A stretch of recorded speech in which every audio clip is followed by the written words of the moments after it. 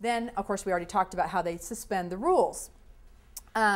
So they suspend the rules on how many times a bill's heard for floor vote. Then they also will actually do something where they suspend the rules and they will call for a committee hearing on the floor of the House or Senate, where you and I, ordinary citizens, cannot even enter. Okay, so now they're holding a public hearing on the floor where the public can't see, hear, or know anything that's going on. Half the time you don't even know what bills they're voting out of committee, and they will just vote bill after bill after bill out of committee when none of us even knows what happened. This is how they get you. This is how you can't follow everything, even when you're right there watching, but you can't see or hear what they're doing unless you have inside track knowledge. And that's why the lobbyists have their way, because they have the inside track and they know this person and they grease the palm of that person and they bring in, oh, you should see every single day of the session, they're bringing in catered meals.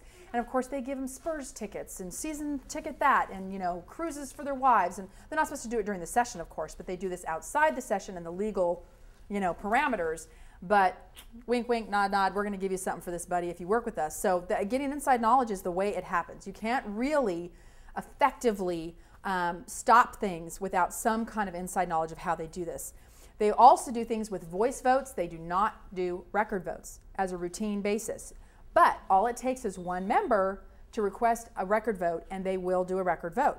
So we just have to have enough one members. Now there's supposed to be some Tea Party candidates that got elected that are supposed to be all about this transparency and government reform and all this stuff.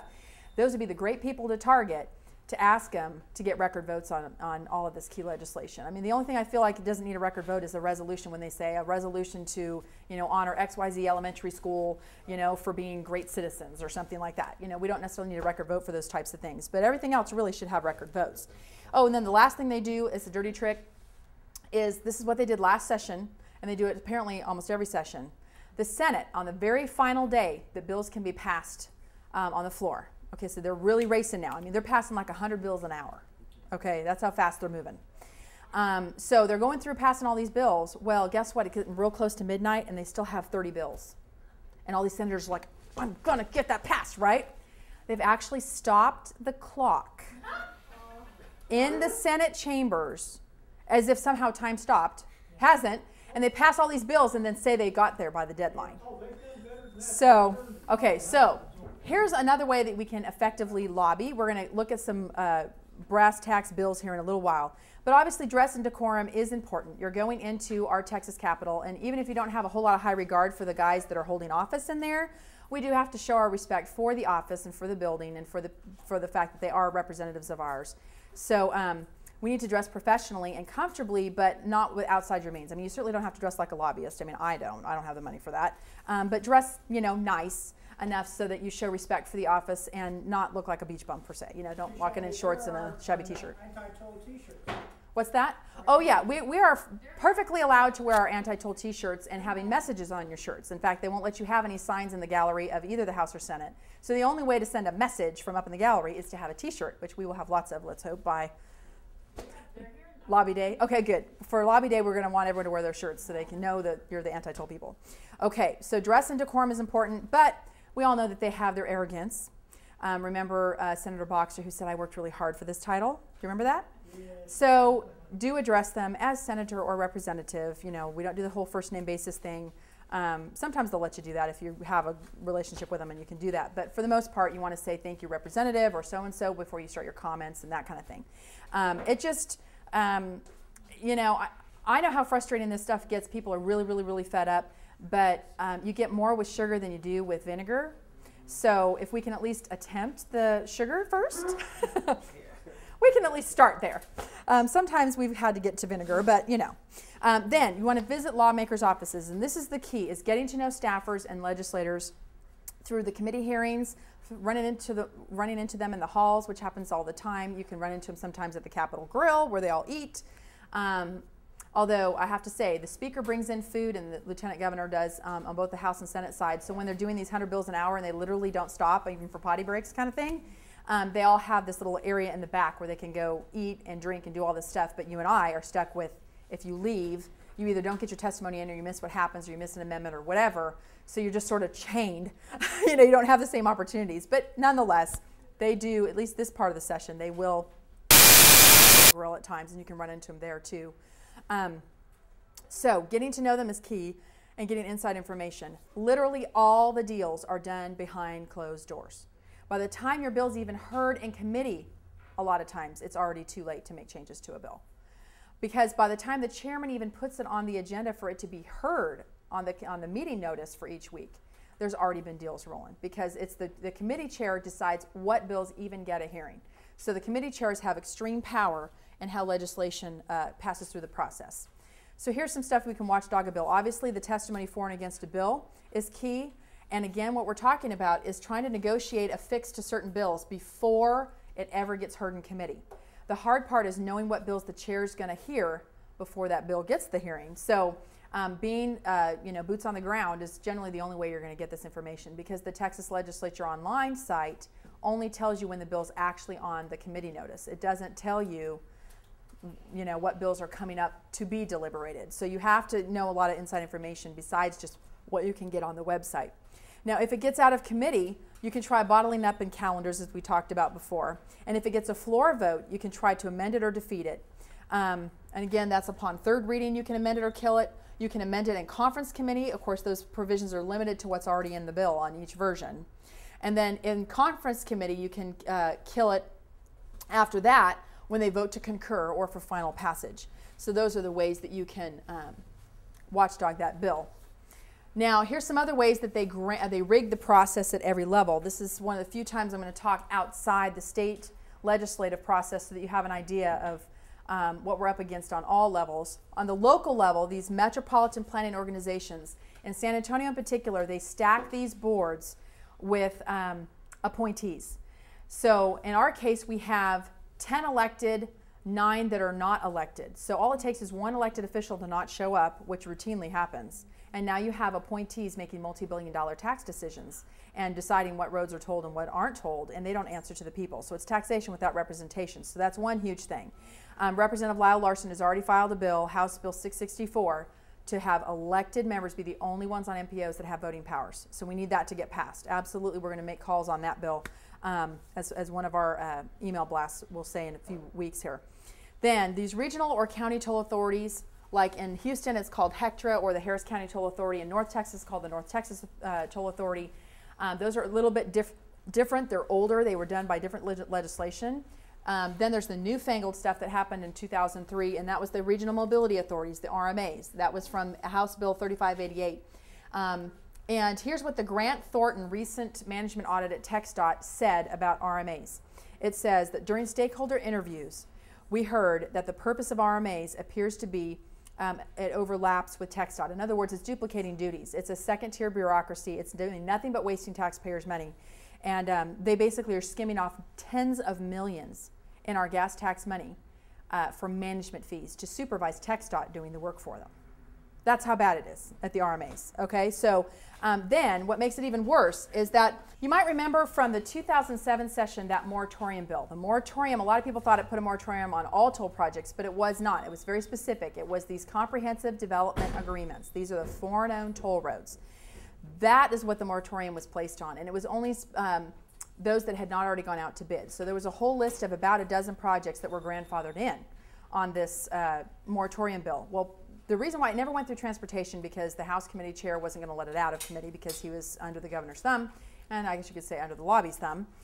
So they went through county affairs to pass this bill. And what made that bill so popular and why it got so many votes was something called primacy. And it gives all local tolling authorities the right of first refusal on all toll projects. So this is another way that they rig the process. So here's the problem. They say that there's not enough money available to build all of the freeway needs that we have without tolling everything.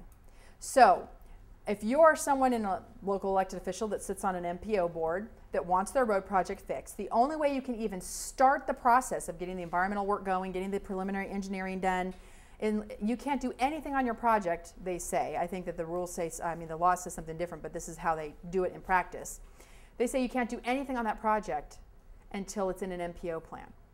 Well, in order to get it in an MPO plan, because they say there's no money available, because all the figures come from TxDOT, who, of course, is under the thumb of the governor, who says he wants everything tolled, they tell you there's no money, so you have to put everything in the plan as a toll project, as a placeholder, so that you can start work on the project. And if the money drops out of the blue sky, Then we'll turn it into a non-toll project. But for now, to keep it in the plan, it has to be a toll road.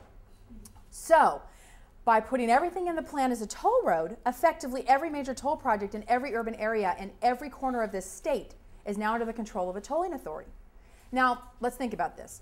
Will a tolling authority let go of that right to toll?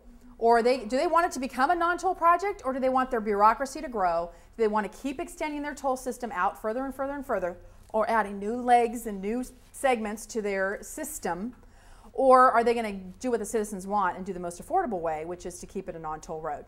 Well, of course, that's not going to happen. So now trying to wrest control from these RMAs to get our roads back to a non-toll project is like taking on TxDOT 10 times over, because they're all local and they have access and they're here on the ground every single day lobbying your local elected officials to keep everything a toll road. And they're promising them the moon. And these are, of course, unelected boards, just like MPOs, or at least the San Antonio MPO is highly stacked with appointees. Then on the state level, of course, the Transportation Commission is 5 appointees, and they run TxDOT and approve projects on that level as well. Then there's TxDOT, who has all kinds of waste, fraud, and abuse. We found that they've rigged the federal environmental studies that they have to conduct before doing a road project. They've been doing illegal lobbying, and they've had $1 billion accounting error. That's who can easily rig the process on the state level. And then they have these design build CDAs that, again, don't have any competitive bidding, and they use programming dollars, and they tie strings to it so that they have to force toll roads as placeholders in these MPO plans. That's another thing that they do on the state level to force the locals into a toll regime. Then on the federal level, they control the whole environmental process through the EPA, though they delegate it to the Federal Highway Administration. They also attach strings to the federal dollars for things like enhancements. So certain amounts of our gas tax money are not available to fix roads. They're for things like landscaping, free Wi-Fi at our rest stops, and bike trails and sidewalks. So that's how they rig the process. Okay, so before I go into understanding the political doublespeak, I'm going to go out to the Texas Legislature online website again, and we're going to look up a couple of sample bills just to give you an idea of how you can do some of this research or follow the process a little bit more. Okay, so I'm going to take you to the home page again of the Texas Legislature online website. Okay, so I know of several bills that are really let's go to Senator Nichols' bill from last session. Okay, now look up here under the legislature. First thing you're going to look at is what session are you wanting? And they'll give you the year as well as the legislative session number. So in this case, I do want this. This was filed in 2009, 81st regular session. The R stands for regular, and then you'll have a 1, 2, or I suppose possibly a 3, and that's for special called sessions. Those are the things that are outside the normal legislative process. So this was filed during the regular session. There was a special session in 2009, and I know the bill number. If not, you can go click on this word or phrase, and you can just put in toll roads or, you know, toll project. Or this is the bill. Okay, now if you look at all these tabs across the top, it brings up the bill for you. It tells you what session it was put in. You can add it to your list of whenever you're looking at a bill and reviewing it. You can always add it to your bill list, so it'll alert you automatically if anything moves on that bill. Then you have, it tells you the session here. It tells you the last action. This one was left pending in committee. This was actually a good thing. Then as far as it got, the caption version was it got engrossed. It's not law until it's enrolled. Okay, so these are some of the terms they use. This means it was just heard in committee, basically, and they included it in a committee report. Then the caption text. This is your caption. A caption is very important because if there's something in the bill that you find, which I've done, that does not relate to this caption, you can kill the bill that way too. They can do it on a point of order on the floor. And Corona knew I was going to do it to one of his bills, so you know what he did? He went and changed the caption to match the stuff I found. But anyway, so yeah. But you can do that. You can stop things with things like points of order, because if it doesn't relate, in Texas at least, now the federal government can do all kinds of chicanery, but in Texas they cannot add an amendment to a bill, or they can't have contents of a bill that does not relate directly to the caption of the bill. So it also makes it harder for you to amend a bill or attach your bill to something on the floor, because it has to be salient, which is why the Sunset Bill got loaded up with 35 pieces of legislation last session, because it's got such a broad caption. Anything relating to TxDOT can be thrown into that bill. That's why they did that.